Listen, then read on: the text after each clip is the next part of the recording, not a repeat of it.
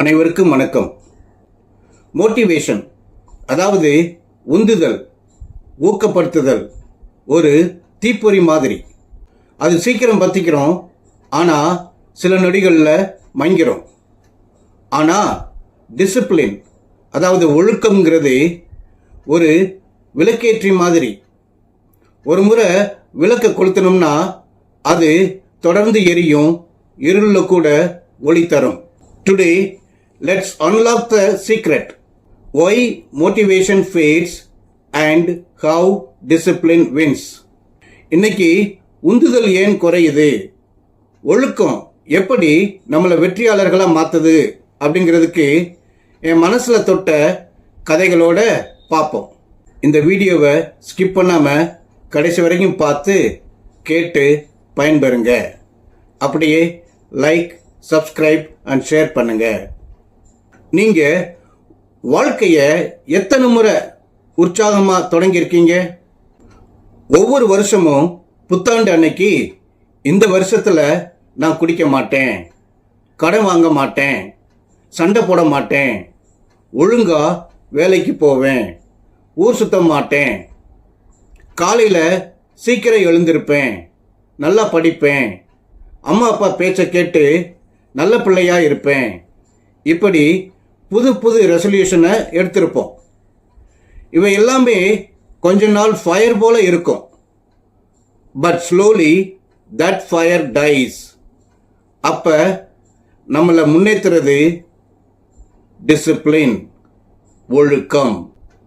This video will transform you from a motivation seeker into a discipline builder. இந்த video உங்களை உந்துதல் தேடுபவரா அல்ல, ஒழுக்கம் உருவாக்குபவரா மாற்றும். ஒரு உதாரணம், ஒரு மாணவர் தேர்வுக்கு தயாராகிற போது முதல் நாளில் நான் டாப்பர் ஆகணும் அப்படின்னு உற்சாகமாக படிக்கிறாரு. ரெண்டாவது நாளில் கூட அந்த ஃபயர் இருக்கும். ஆனால் மூணாவது நாளில் நெட்ஃப்ளிக்ஸ், மொபைல், கேம்ஸ், ஃப்ரெண்ட்ஸ்னு எல்லாம் டிஸ்ட்ராக்ட் செய்யுது, மோட்டிவேஷன் குறையுது. அப்போ தினமும் 1 மணி நேரம் படிக்கணுங்கிற ஒழுக்கம்தான் அவரை வெற்றியாளராக மாற்றுது. அடுத்து ஒரு விளையாட்டு வீரரை எடுத்துக்கோமே. போட்டி தொடங்கும் போது மோட்டிவேஷன் அதிகமாக இருக்கும். ஆனால் போட்டிக்கு முன்னால் தினசரி பயிற்சியில் அவரை முன்னேற்றுறது டிசிப்ளின் தான். Motivation is temporary, discipline is permanent. அதாவது ஊக்கம் அல்லது உந்துதல் அல்லது ஊக்கப்படுத்துதல் அப்படிங்கிறது தற்காலிகமானது. ஆனால் டிசிப்ளின் அதாவது ஒழுக்கம் நிரந்தரமானது.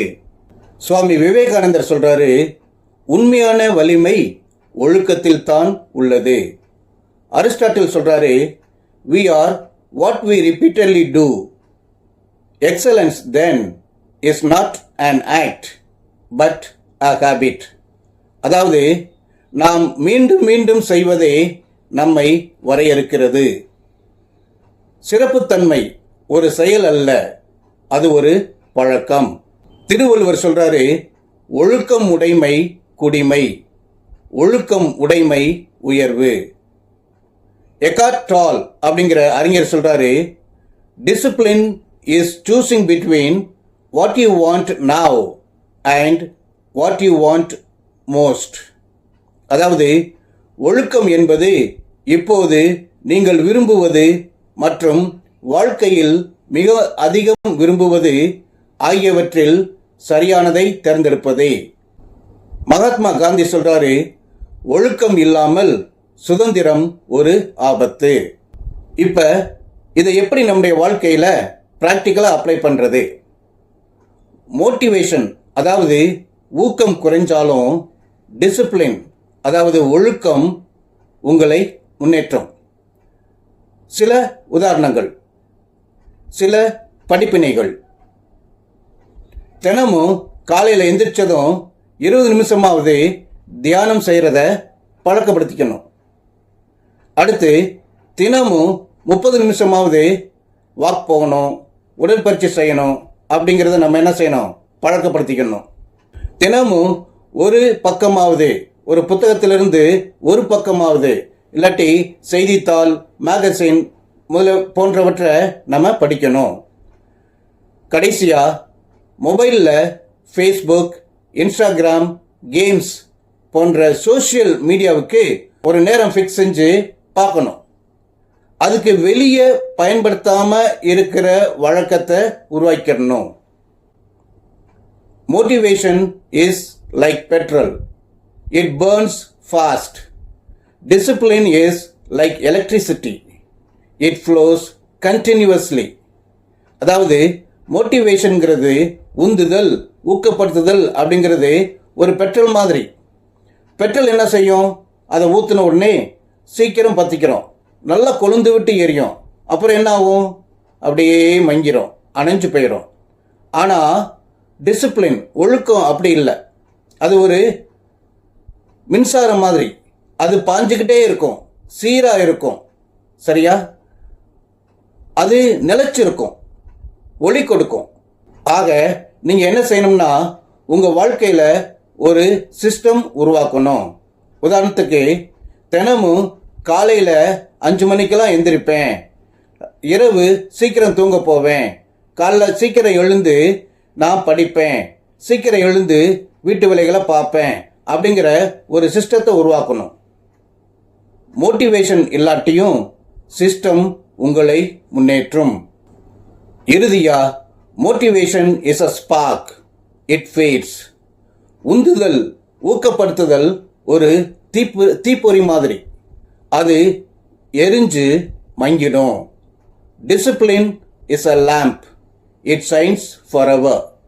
டிசிப்ளின், ஒழுக்கம் ஒரு விளக்கேற்றி மாதிரி, அது எப்போதும் ஒளி தந்துக்கிட்டே இருக்கும். உந்துதல் குறைந்தாலும் ஒழுக்கம் உங்களை வெற்றியாளராக மாற்றும். Motivation fades, discipline lasts. உந்துதல் குறைந்தாலும் ஒழுக்கம் உங்களை வெற்றியாளராக மாற்றும். Why motivation fades and how discipline wins. அதாவது உந்துதல், ஊக்கப்படுத்துதல் ஏன் குறையுது, ஒழுக்கம் எப்படி நம்மளை வெற்றியாளராக மாற்றுது அப்படிங்கிற தலைப்பில் இன்னைக்கு உங்களோட பகிர்ந்துக்கிட்ட இந்த சிந்தனைகள் உங்கள் வாழ்க்கையில் ஒரு சிஸ்டத்தை உருவாக்கி வெற்றியாளராக உருவாக்க என்னுடைய மனப்பூர்வமான வாழ்த்துக்கள். இந்த வீடியோவோட தொடர்ச்சி அடுத்த வீடியோவில் நம்ம பார்க்கலாம். அது வரைக்கும் stay com, stay peaceful and stay systematic. Thank you.